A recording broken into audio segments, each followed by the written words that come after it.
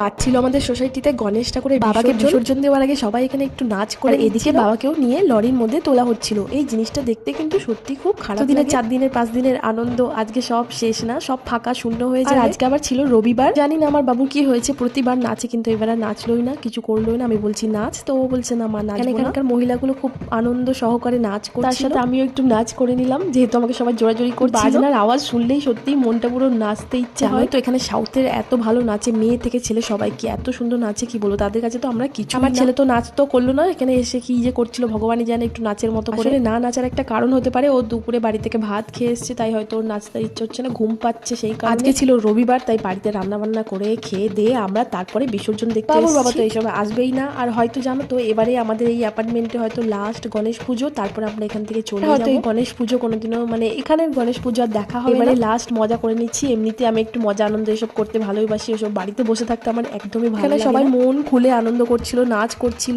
যা খুশি যেভাবে খুশি যে যেভাবে পারে সেইভাবেই নাচ করছিল। দেখতে দেখতে ক্লান্ত হয়ে শেষে আমি আর বাবু বসে পড়েছিলাম, আমরা একটু বসে বসে নাচানাচি করে নিচ্ছিলাম। আমি আরো এসেছি বাবুর জন্য, যেহেতু ও দেখবে নাচবে, কিন্তু সেটাই আর হলো না, ও তো একটুও নাচলো না, কিচ্ছু নাচলো না। তো এবারের মতো গণেশ পুজো এখানেই শেষ হলো, আর 1 বছরের অপেক্ষা।